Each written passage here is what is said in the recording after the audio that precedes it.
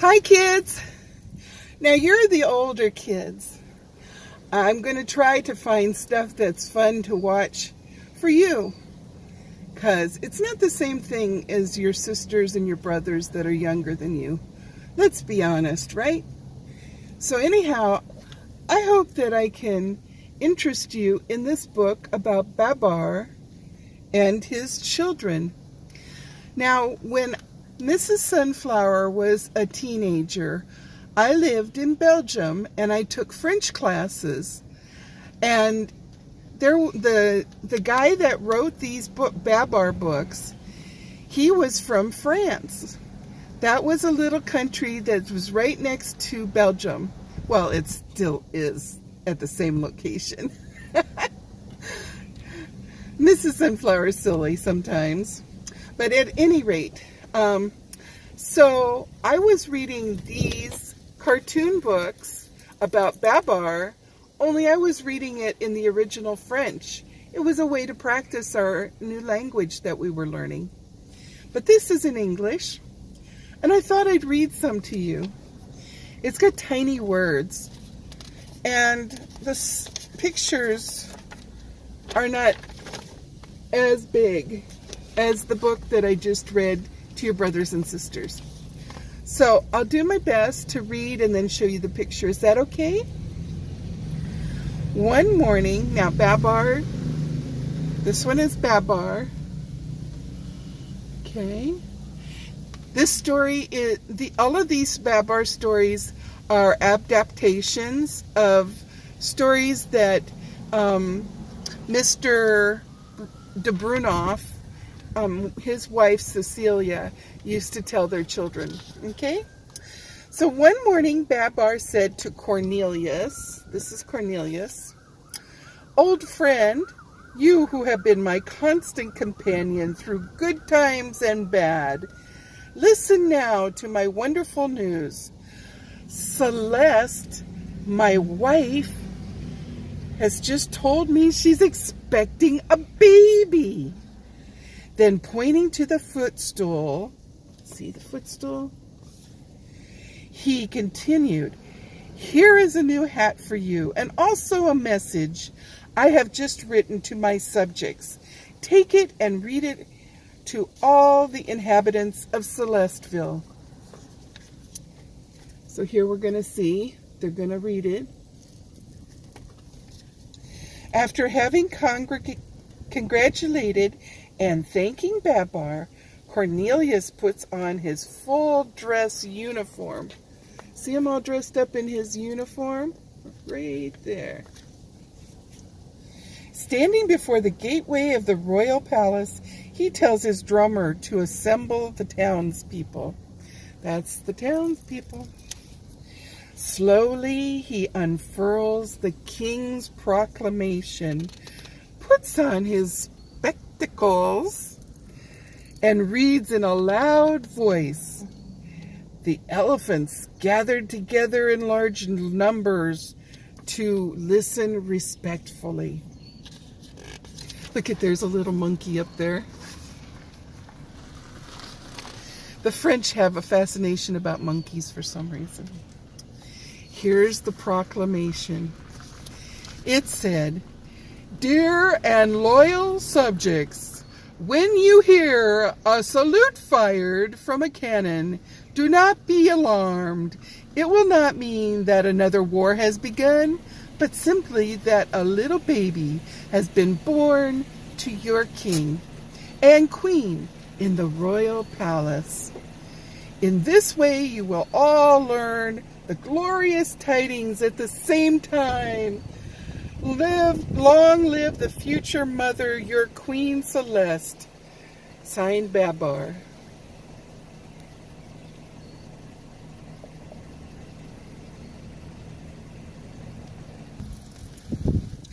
I'm sorry, we had to have a little intermission because the lady that lives next door to me, she pulled her car in, and I knew that she'd probably want to say hi, which she did. Anyway, that was the official proclamation to everybody. Babar is trying to read but finds it difficult to concentrate. His thoughts are elsewhere. He tries to write, but again his thoughts wander. Oops.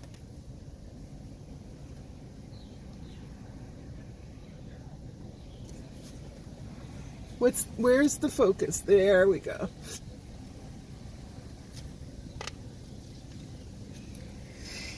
Okay. He is thinking of his wife and the little baby soon to be born. Will it be handsome and strong? Oh, how hard it is to wait for one's heart's desire. And you see him struggling here. He's really anxious to meet his baby, huh? Here you see him. I'm going to read it though, but you see him looking out over the river. Okay. Celeste urges him to go for a ride on his bicycle to take his mind off the big event, and Babar finally consents. Consents is another word for mean. He says yeah. After having pedaled several miles, he finds a pleasant spot and decides to rest. Seated on the grass, he admires the surrounding countryside, Celesteville and Fort St. John. It's from there that the cannon will be fired, he says to himself. Here he's riding his bike. At this very moment, boom! Babar hears the salute. Oh, there it goes! Oh, what a shame! I wasn't at home! Thinks Babar. He immediately gets on his bicycle and rides home. He's riding as fast as he can. Look at, he can't wait. He's got to ride fast. Up on the turret, the artillery cannon, the captain of the King's Guard carries out the orders he had just received by telephone. He gives the command. One blank shot is fired, then another, and then a third. Oh, my goodness.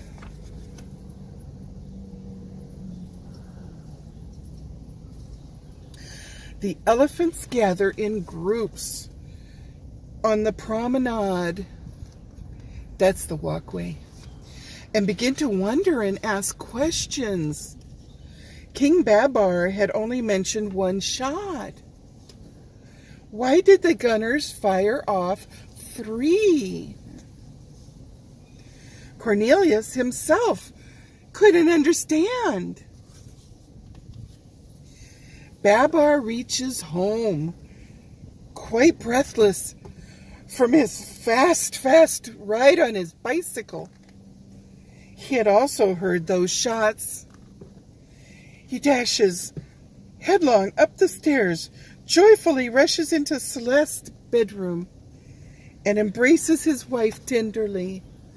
He grabs her in his arms. That's so romantic, huh? She smiles and proudly shows him 3 little baby elephants. That explains everything. 1 salute for each child. 3 babies. 3 salutes. But what a surprise to find 3 babies when you only thought you were going to get 1. The old lady had 1 in her arms, and the nurse holds the other 2. Arthur and Zephyr are terribly excited. Babar has given them permission to come and see the babies. They walk in quietly.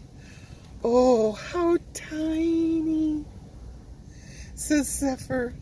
Oh, how cute, adds Arthur, as he admires the baby lying in the cradle. See?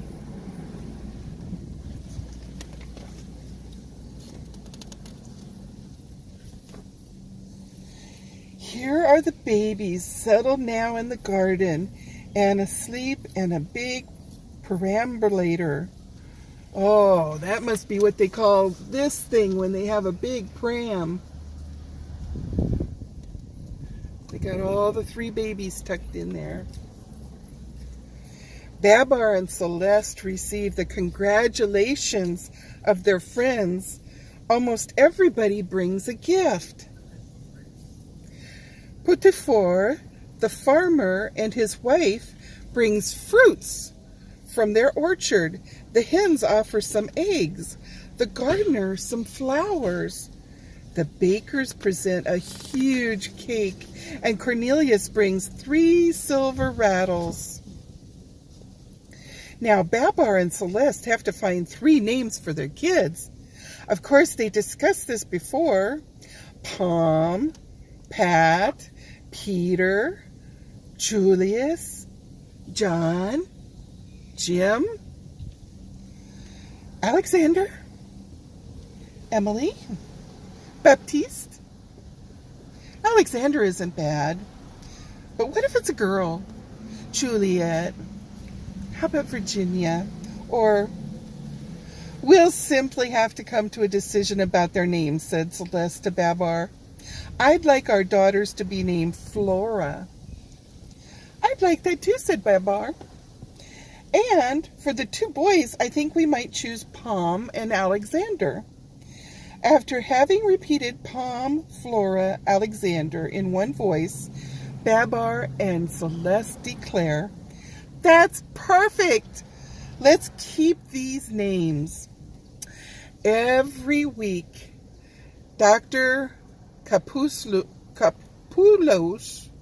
I don't know how to say that doctor's name, puts the babies in his big scale and weighs them.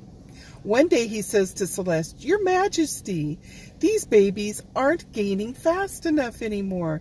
You must supplement their feedings with 6 bottles of cow milk, to which you must add a tablespoon of honey.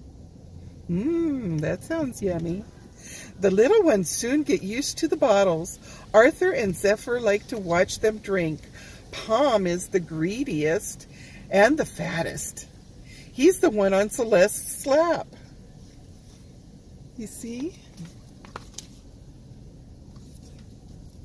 He always cries when his bottle is empty. Flora is very good and lies in her cradle, playing with the rattle that Cornelius gave her.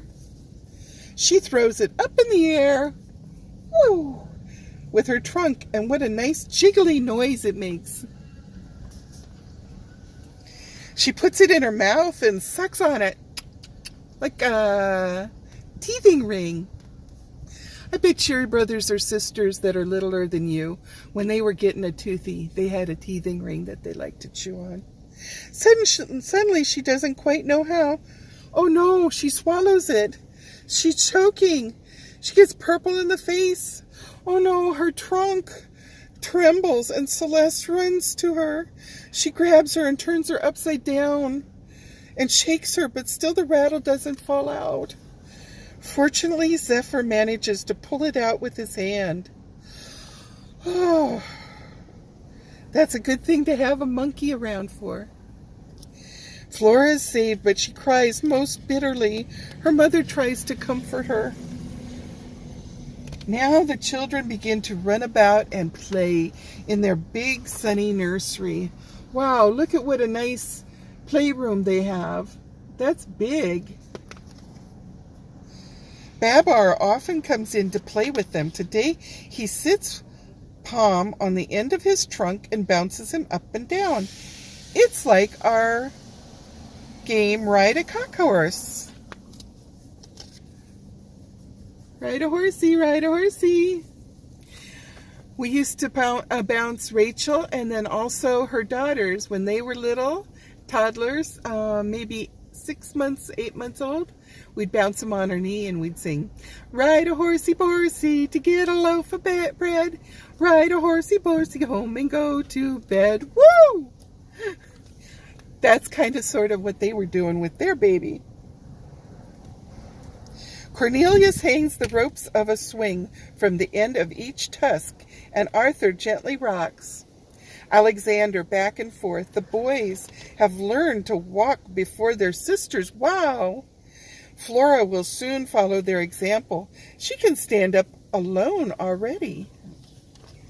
See her standing up over there?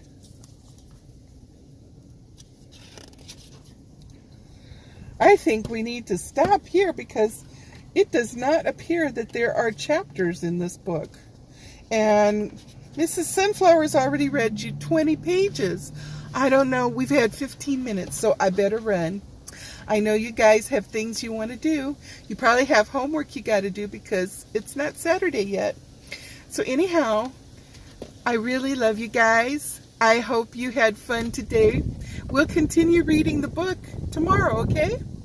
And until then, you be loving and kind to your mommy and daddy. Sometimes they're kind of feeling stressed out. They got a lot of things going on, and they're trying their very best to be good mommies and daddies to you. So sometimes we just have to love them really hard, give them hugs and kisses, and be very patient with them, okay? So I love you guys. I hope you have a sweet dream tonight when you go to sleep. And I will see you tomorrow. Sending you kisses. Mwah. Love you. Bye-bye.